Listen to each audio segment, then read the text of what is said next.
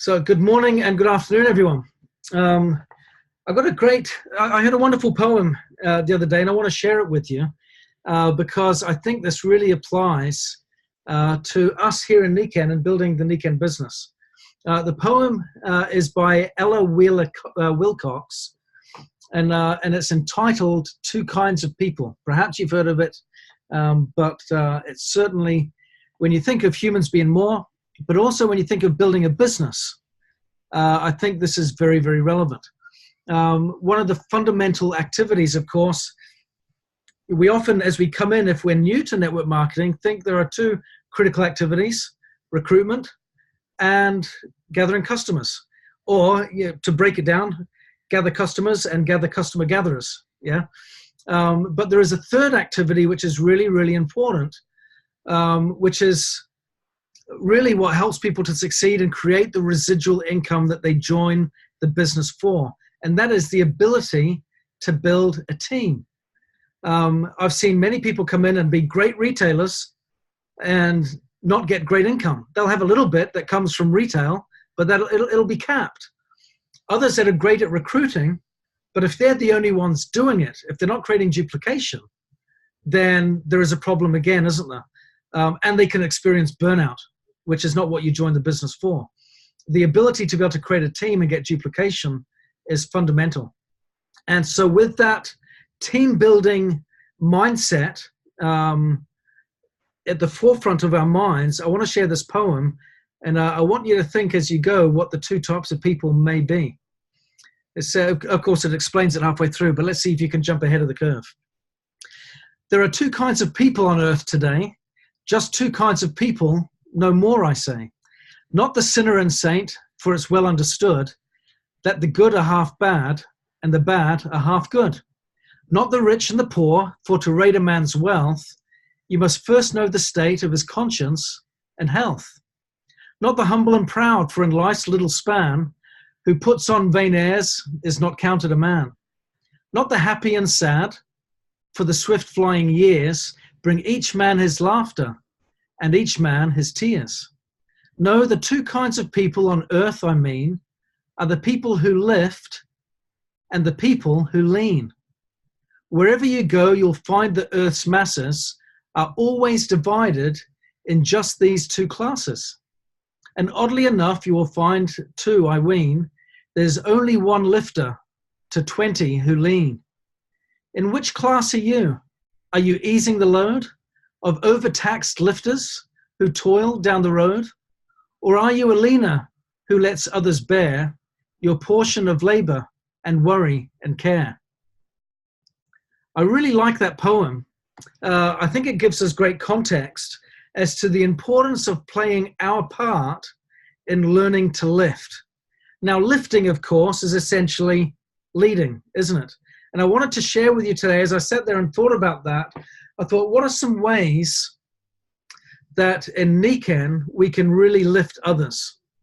Because if we can learn to lift well, then I think we create an environment where people really want to be involved and be a part of it. So I've listed down here 5 things that I came up with, and of course there's a lot more than 5, but I think this will be instructive for us to begin with for this time that we've got here. And perhaps in the chat, you might want to contribute some of your own ideas as to what you feel works in lifting others in your team. Interesting as well how it said there's only one lifter to 20 who lean. The average networker, according to DSA statistics, will have about 10 people in their group, which means they'll be the lifter and the rest of their group are leaning on them to give them direction. So here's a couple of things that I put down that I feel can help us to lift and lead our teams in order to do better and to get that duplication. First, and I deliberately put this first, is the power of personal example. If we want to lift others, our personal example always plays a significant part. I remember Kim saying years ago, and I'm pleased to say she wasn't directing it at me, she was just sharing with me an insight, that she'd heard it said that What you are shouts so loudly at me that I can't hear what you're saying. Have you ever heard that before? What you are shouts so loudly at me that I can't hear what you're saying. It's great to have all the wisdom in the world, but if we're not applying it, if we're not living it, if we're not doing it, then it's pretty hard to inspire others with our message. So it's really important to lead from the front, to be an example. And I'll talk about what that looks like in just a second. Step number 2 was to see the potential in others that they don't yet see in themselves, and to be sure to communicate it. Again, I think that's really, really important, that we are close enough to people to be able to recognize their potential, to see it, and to encourage it to come out, and to feed it out of them, which always, you'll notice, as we feed kind of through this list, is always facilitated with love. I don't think it's possible to really lead anyone if we don't love them. Because at the base of things might be knowledge and understanding, but really, in order to influence and change behavior, you've got to have a foundation of relationship. If we have relationship, then we have influence.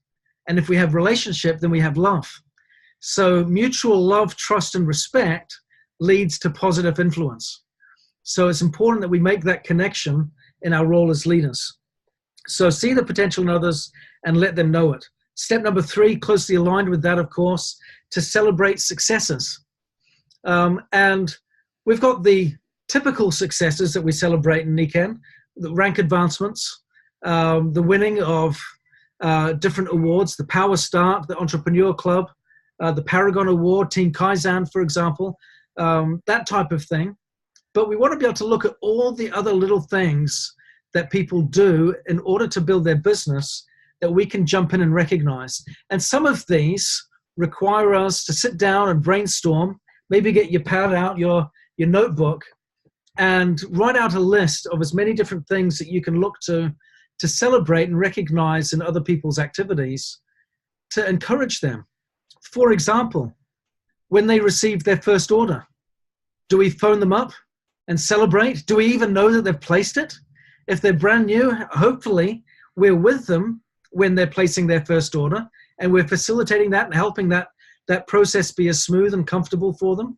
Do we celebrate? Do we tell them to phone us up and tell us when their box arrives so we can share in their excitement?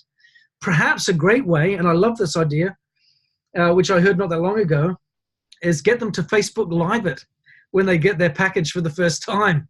Share it with the world. What a great way to prospect as well when you're opening up your first package from NICAN. Great idea there. Now this, of course, knows if we're going to celebrate their successes, we need to know what they're aiming for, what their goals are, and what they're doing in order to celebrate. So what that suggests is that we're close enough with them to communicate, to understand what their goals are, what their objectives are, why they're in NICAN, what they're hoping to achieve, so that we can share that journey together and help them to achieve it. The 4th point, step number 4, be close to people. This, again, you can see they're all kind of weaving very closely together. Be close to people. We can't lift people if we're not in their proximity. And being in proximity doesn't necessarily mean geographical proximity. It means in their mind space, in connection with them via email, via chat, via WhatsApp, via Zoom, via Skype, whatever method may be required in order to be involved, engaged, and supportive. But it's very, very important if we want to influence in order to create change, we need to be in their proximity. So get close to people. Heart to heart is the best way to build this business. Step number 5, to keep things simple so that success is achievable. Again, I think that's really important, that as we help people to set their goals, and as we work and we stay close to people, that we try to keep things as simple as possible. So bookending, that's point number 1, the personal example, and point number 5 of keeping things simple. What are the simple things? And what does personal example look like when it comes to building our NICAN business in order to lift people in this way? A couple of things. First of all, good, better, best. I'm going to use language we've heard time and time again. Good, better, best. What's that? 500 points, 1,000 points, 1,500 points. Nice and simple. Now, of course, I want to emphasize, simple doesn't equal easy. When I say nice and simple, I'm not saying it's easy. I've often heard it said that simplicity is at the far end of complexity. But if we focus on having a simple message, as we strive to be diligent, consistent, and persistent, then eventually over time, what we repeatedly do gets easier. Not that the nature of things, the thing has changed, but that our ability to do has increased. So it's important that we persistently push against that boulder, so to speak, until it gets easier to move. So 500, 1,000, 1,500. We've got now packs that help us to do that with ease. But of course, there is a wonderful array of products across the board in Nikan that people can use, that they can choose month after month after month if we give them the right exposure. What's another great thing to keep things simple, to keep it rewardable, and to be a great example? Power Start. Or if we're recruiting people on a regular basis, which is my invitation to you today, that we get our new people to join as power starters so that they set off the path straight away with a clear vision of what their first 30 days looks like. One of the great ways to get moving quickly is to give them a clear vision and a clear expectation of how to get started. One of the obstacles to recruitment is not knowing how to start someone off. What is expected of them? What do they do and how do they do it? Might be the thought or the question, the worry in the mind of the recruiter. If I'm brand new and my sponsor hasn't told me, how do I get started? What do I do next? And if they do nothing, then all of that great effort and activity to recruit someone goes to waste. So a simple solution is to use the programs that Nikan has put in place to facilitate immediate growth and long-term profitability. It starts with the Power Start, which gets them to executive. It then goes to the Entrepreneur Club, which gets them to silver. Then you've got the Paragon Award. Then you've got all the way through to Team Kaizen, which helps them really get on a strong path for perpetual growth and improvement. So if we just use the annual incentives as our core foundation for business strategy, right there, you've got a business plan for the year. We bring people in, we set them on path to use these activities, these resources to get going. And of course, in the words of Dave Johnson, recruit, recruit, recruit, recruit, and recruit. That's always the thing that we want to do. We want to make sure that we're having a steady flow of new blood. I had a really interesting conversation today with a member of my team that I have really grown to love. And she was giving some feedback from a conversation that she had with a member of her team that had been in the business for a long time, but is disenfranchised. And they've got their reasons, and I respect their reasons, but they're feeling disenfranchised and not really optimistic or full of faith and confidence. So when she was asking their feedback, they gave not even a glass is half empty kind of perspective. It's a, I don't really see much in the glass at all kind of perspective. And the challenge with this, as I spoke to her about it, was there will always be people in our business that will see the glass half empty or may not even see the glass at all, in spite of the fact that they've joined. How many people have joined a gym and have rarely gone? Yeah? Have you seen that? Gyms see that all the time. Probably why they have annual membership fees versus monthly membership fees half the time, because they know if it was monthly, they would get less income for their business. It's human nature to start and stop. It's human nature to get hit by obstacles and barriers and then lose sight of what you're working for. But it's also human nature to not want to look bad and so to stick around, right? And I get that, that's fine. But if they're the people that you listen to for motivation, then you're going to be listening to the wrong people. So what's the solution when you hear those types of things? It's always going to be to recruit new people. It's always going to be that. And if the average networker has a team of 10 or so people in their group, in their organization, then 100%, using that poem that we started with, there's always one lifter to 20 who lean. You're always going to need to look for new people to help you lift and recognize the balance there. But if we can understand that that's okay, that's part of the journey, that's part of the process, and it's also part of our responsibility as leaders to anticipate that, but also to respond appropriately and healthily to that when it comes, then we can move forward with confidence. I remember hearing, and I hope you don't mind the anecdote, because it comes from Amway.